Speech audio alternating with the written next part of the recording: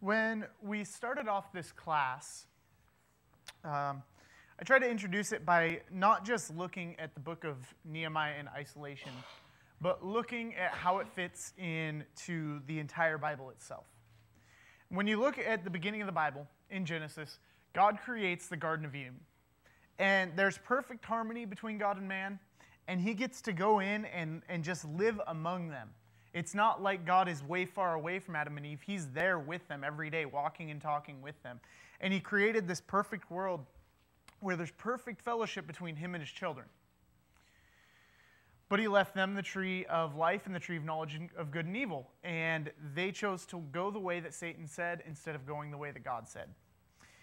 And when that sin entered the world, God had to cut ties with them. He couldn't dwell with them in the same ways he had before.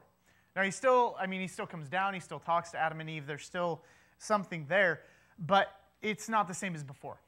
He couldn't have the same relationship with his children because sin entered the world. And so then we see a long period of time how God puts in all these different things with Abraham, Isaac, and Jacob in creating the nation of Israel because he needed a nation that would eventually give birth to his own son, so that he could send his son to die for us, so that eventually we could be again with him, only in heaven instead of the Garden of Eden. And when we look at the book of Nehemiah, it's kind of a sad point in Israel's time, because even though some good things are going to happen, what has led up to this is God told Abraham, I'm going to make a great nation out of you. Just wait and see. It's going to take place after you die, but it will happen. He came to Isaac. He said, Isaac, you're part of this lineage. I'm going to make a great nation out of you. He came to Jacob. He said, Jacob, I'm going to make a great nation out of you. Jacob and his family eventually moved to Egypt, and they start to become a great nation. But because they're in Egypt, and Egypt is a great nation, they put Israel into slavery. They put them into captivity. They make them build their pyramids or do whatever else they do. They put them to the grunt work. And Israel's not really a free country. They are their own people. They are their own nation. They are their own ethnicity, nationality, whatever you want to call it. But they're really not their own because they're under Egyptian reign. And so you look at the time of Moses, and you see everything that God did and how he was listening to their cries and all the work he went to orchestrate everything so that he could lead them out of Egypt to a land that's called the Promised Land, the land he had promised them, where they would get to enjoy just amazing land with houses they didn't even have to build, with wells they didn't have to dig, and they could just live there and they could follow God's law and he would be their people, and that was it. And that actually happened. And there's a bunch of sin that gets in the way, and so God has to kind of make them wander in the wilderness for a long time to teach them lessons so that they're ready for the Promised Land. But it happens. And they get to the Promised Land, and they're there, and God has given them his law. He's got them all there segregated from other nations. He's provided for them that land, and it's not just like they're there 50% with another nation. They're there on their own. They're there serving God as their people. But God gave them a lot of warnings, and he said when you go into the land, you need to realize a few things. And the problem was the Israelites did not listen to those warnings. They ignored them. And so God had to do what he told him he would do. Just like if your kid disobeys you and you put them in timeout, God had to say to the children of Israel, you've disobeyed me and I have to put you in timeout. I told you to give this land a rest every 7 years. I told you to take rest every 7 days. You haven't been doing that, so I'm going to give the land a rest. I'm going to give the land a timeout, and I'm going to kick you out, and you're going to go to the land of Babylon. And so then that's where you see like the story of Daniel, that after 70 years in captivity, after 70 years in timeout, as it were, where they're learning that if they had just followed everything God said all along, everything would have been fine. After 70 years of that, Daniel reads in the Bible that after 70 years, they would get to go back. And so then that's where we start to see Daniel reading about that and praying, and the angel comes and says, this is happening. This is for real. And then we see Zerubbabel leads about 50,000 people back to the land of Jerusalem to inhabit it. It's a desert city. It's an abandoned city at this point. It's rubble. It's a trash heap. But it's the city that God told them to dwell in, and the city that God said, you're going to build my temple here, you're going to worship me here. And they got to go back for the first time in about 70 years. Takes some time, just like everything else seems to, because of the sin that gets in the Jews' lives, but they eventually get the temple built after 20 years. I think they spent about like 5 years working on it, and then there's a 15-year gap where they just kind of let it alone. Some prophets came back, encouraged them, and said, you guys need to build this temple. You need to respect God with it, and they did. Then you fast forward another 60 years or so, something in that ballpark range, and Nehemiah, who's not a guy in Jerusalem, he's a guy off in Babylon, which is now changed to Persia. He's there next to the Persian king, and his brother goes to Jerusalem. And his brother comes to him, and he's like, tell me, how's Jerusalem? Like, how is it? Like, is it great? Is everything good in the city? Are they worshiping God? Is everything in place? Are they all following the law? Like, it's got to be great. I mean, I'm stuck over here in Persia. It's hard to congregate with my Jewish brethren. It's hard to do this. It's hard to do that. I'm under this foreign nation that doesn't follow God's laws. But tell me, how is it in Jerusalem? And his brother, you can read in Nehemiah chapter 1, says, it's trash. I mean, sure, there might be a couple good things, but the wall's broken down. It's a trash heap. They've been letting it sit like that for who knows how long. It's just sitting there, just trash all around the city. Just broken walls. Nobody's cleaned it up. Nobody's tidied it up. It's just broken like the day that they were pulled out of Jerusalem, and they never touched it. They just let it sit. And what we see is what's going to set the whole course for how Nehemiah acts during the remainder of the book. What we see is that Nehemiah starts and he prays to God. And he fasts and he weeps and he waits for months before God gives him an answer. And the cool thing about reading this all in the book of Nehemiah is that this isn't one of those times where God just miraculously appears to somebody and says, you do A, B, and C, and then they go do A, B, and C, and it works out. Everything that happens in the book of Nehemiah is something that could happen today. He heard a report about God's people and God's land from his brother. And instead of God just appearing to him, Nehemiah went in prayer to God and said, God, this is how I'm feeling about things. I've been looking at your word, and I see that you've told us all these things, and we ignored them, and that's why we're in this situation. I need you to help me. But he has to wait several months for that to happen, for God to give an answer. And what we see is this trend in the beginning of the book of Nehemiah, that Nehemiah would pray, that he would pray to God, and he would wait, and he would plan. And then he would pray to God, and he would wait, and he would plan. And then he would pray to God, and he would wait, and he would plan. So these 3-4 months that he's mourning and sad about Jerusalem, he hasn't gotten an answer from God. And one day, he lists right before chapter 2 that he just happened to be the cupbearer to the king. He was the king's right-hand man. He was the Secret Service agent. He was whatever you wanted to call him. He had to eat every meal and drink every drink that the king was about to drink to make sure the king didn't die. So he had to be with the king every single meal. So he knew the king. He was the king's right-hand man, probably spent more time with the king than anybody except maybe the queen. And he says, it just so happened that one day the king looked at me and asked why I was so sad. Because he had never seen me sad before. We don't know how long he's been working for the king, but the king had looked at Nehemiah and go, this isn't the type of guy that just shows up to work sad all the time or upset or emotional or anything, but you're sad, you're upset, you're emotional. What is going on? This is a time period where you didn't want to grieve the king. You didn't want to tell, oh, king, you don't know what I'm going through, or just, act all upbeat so that the king wouldn't get upset with you. That's what you did back then. But Nehemiah says, look, I'm going to be honest. I am sad because the nation that I'm supposed to be living in now, the city that I'm supposed to be in with all my brethren, all the Jews, I'm not there. They are there, and it's a trash heap. It should be a place that people can look to and see how great the God of the Jews is. It should be a place that people look to and see how that they should live in service to God. And you go there, and the first thing you see is the wall, and it's a trash heap. How am I not supposed to be sad when that is the state of my land and my people, and I'm stuck over here in Persia and can't do anything about it? That's what he says to the king. And the king looks at him and says, what are you asking? What are you getting at? The amazing thing is that while Nehemiah didn't take over the reign, he didn't take control from God and try to control his own life, He had been thinking about what needed to be happening. He had been planning for what should have happened should he ever have the opportunity to go to Jerusalem.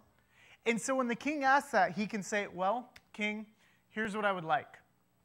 I want to go to Jerusalem, 12 years. And I want to go there, and I want to spend my time, and I want to rebuild the wall.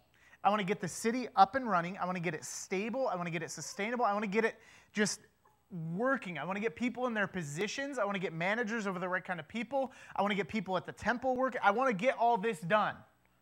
12 years, and then I'll come back to you. And the king says, okay. Nehemiah says, look, can you give me letters? I want to make sure that as I travel there, everything's fine. The king says, not only will I give you letters, I'm going to give you an army escort. That's how good the king is going to take care of Nehemiah. And what we learn, I know the saying I just put up here is pretty cheesy sounding. If it's God's will, he will pay the bill. That's really what we learn here. If Nehemiah had tried to take over the reins from God, if he had just said, you know what, I'm getting up and I'm leaving to Jerusalem before God had led him there, he would have had nothing to support him in his goal. Yet when he waited on God, when he prayed and waited for God to give him an answer, for God to lead him to Jerusalem, he not only had a letter to go to the king of the forest to say, I need your timber. He not only had an army escort, he had everything he needed to go into Jerusalem and do exactly what he wanted to do. And so we see a man who simply prayed, he planned, and he waited, and God took care of everything else. God made it work. Then he gets to Jerusalem, and he spends that 3 days just looking, and he mentions that the animal, whether it's a camel or a horse or whatever, can't even get over the rubble because it's so bad. It's just a trash heap everywhere. Just broken rock, broken rock, broken rock, broken rock all over the city. So he gathers all the people, and he says, you guys, we need to rebuild this wall. And you have to imagine that there were some people there looking at that situation going, yeah, I've seen this happen before. I mean, we've been here for 80 years now. I've seen how many people come up and say, hey guys, we're going to rebuild the wall. And then they go out there and then they try to pick up a rock, realize how heavy it is, give up, quit, and go home. Then there's another guy, hey, we're going to rebuild the wall. And they go, they start about to pick up the rock, then they quit, go home. Over and over and over again. Nehemiah comes, he says, hey, we're going to rebuild the wall. But here's what's different. Here's the one thing that's different between Nehemiah and what was most likely all the other occasions that could have happened in that period of time. The two protagonists of the story, Sanballat and Tobiah, the two enemies of rebuilding the wall, come and they start complaining and saying, oh, this will never work, this is terrible, you guys, this is it's just stupid. We know it's stupid. We've seen this before. And Nehemiah says, you know what? God is working through us, so it's going to work. Nehemiah doesn't say, look at how strong we are. We've got more people than we did last time. You know, Jewish morale is up. We have the financial funding. He doesn't say any of that. He says, God is with us. God brought me here. God gave me the funding. God kept me safe here. God has led me to this moment. God has this, God has this, God has this, and that's why it will succeed. Not because us, we're weak, we're lowly, we're whatever, but God is strong and he will make sure the wall gets built. And so what we learn through these chapters is that Sanballat and Tobiah and whoever else they get are constantly trying to intimidate Nehemiah and all the people. They're constantly trying to say, well, the wall won't be strong enough if you build it. Oh, if you build it, we're going to come attack you in the middle of you building it so that you won't be protected and the wall won't get built. Oh, if you build it this, if you build it this, we're going to do all these different things to you. But the interesting thing is, every time Sanballat and Tobiah and whoever else they got came to Nehemiah and the people and scared them, Nehemiah and the people prayed to God. They said, God, we don't like what they're doing, but that's in your hands. You can judge them. We're going to go back to work. And instead of addressing every complaint that Sanballat and Tobiah give, instead of just arguing with them and bickering with them, which is exactly what Sanballat and Tobiah wanted because then the wall wouldn't get built, they just went back to work. They'd hear complaints, and they'd just go back to work, back to work, back to work. And what's cool in this section is that it's just this example that I think rings true about Satan, that Satan cannot force us to sin. Satan tries to get us to believe that he can force us to sin. Just like Sanballat and Tobiah tried to get the Jews to believe that they could force them to not build the wall. But they couldn't do anything about it. All they could do was sit there and bicker and complain. And if the people were dedicated to serving God, God was going to be there for them and things were going to work out. But what happens in the middle of that section is that there is an actual challenge that could have actually stopped the building of the wall. What happens is the people start coming to Nehemiah and they say, Nehemiah, look, we love being here. We love working 50 hours, 60 hours a week if we have to be here and get this wall built. But here's the problem. I've got bills to pay, I've got kids to feed, and right now, since I'm not working at my normal job and I'm working here, I can't pay the bills, I can't feed my kids. So we've actually had to be selling our kids into slavery so that we could have enough money to give our kids some food. That's how bad the things were, how bad the situation was, because they were that dedicated to building the wall. And if something hadn't happened to fix this, it didn't matter what would happen, because they couldn't have survived. But Nehemiah goes to the nobles, and he says, what are you guys doing, charging your brother's interest and hurting them financially, because this is what it's doing to the building of the wall. He said, we're over here, we're redeeming them. We're buying their slaves back. We're trying to give them redemption as much as we can, and you guys are just hurting the cause. And so the nobles change. They realize that what they're doing is wrong. They commit themselves to not doing it anymore, and everything is taken care of. And just like that, Satan may not be able to force us to sin, but if we have sin in our lives, there's nothing we can do to erase that. But in the same way, Jesus has come and he has redeemed us, and that's taken care of. When we move on into chapters 7 through 12, we see the remainder of the 12 years. Chapters 1 through 6, it's only 6-month, 9-month time period. It's not very long. Chapters 7 through 13, at least a 12-year time period, plus whatever time until Nehemiah came back in chapter 13. So in these 12 years, we see a lot happen. And most of it happens right away.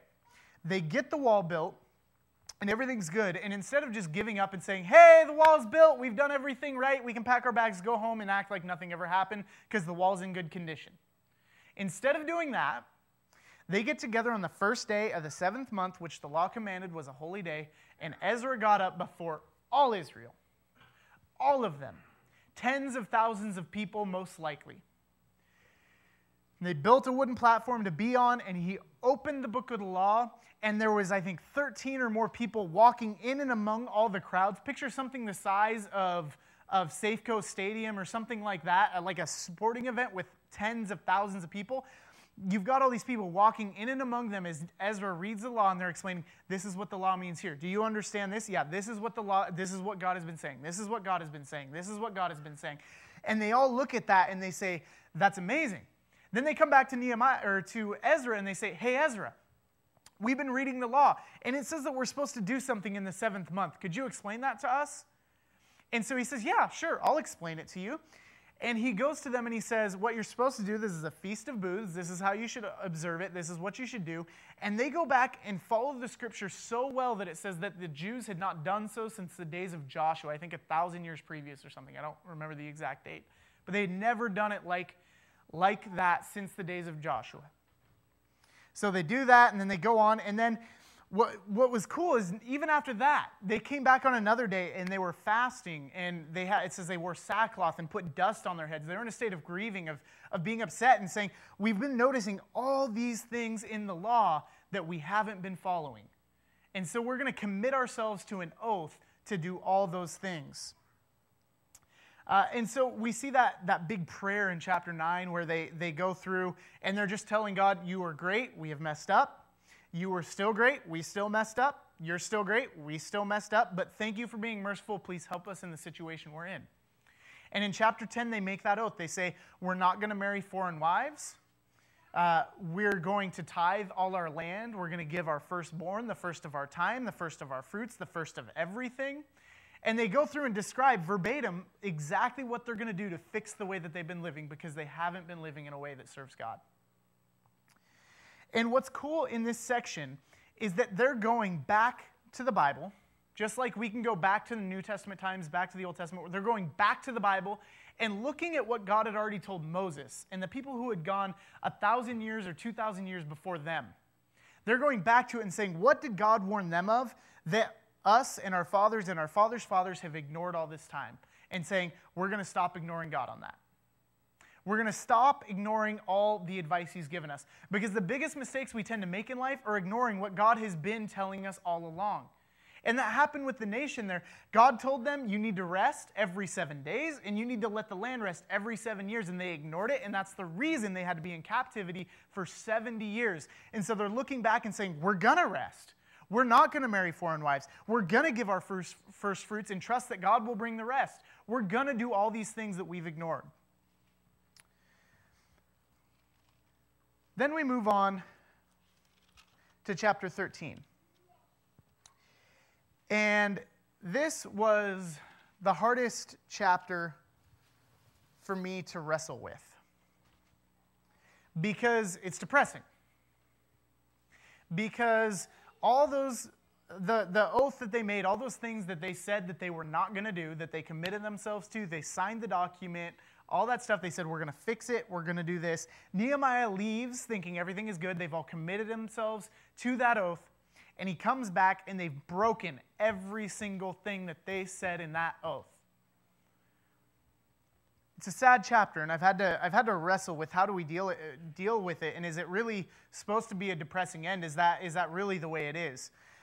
Before I address that, I want to show one interesting thing. Look back at the end of chapter 6. The end of chapter 6, we're hitting that transition in the book where the wall had just been completed, and they're moving on to the rest of life in Jerusalem with the wall built. They're moving on, instead of working 50 hours a week building the wall, they're working on going back to normal life, but worshiping God how they should.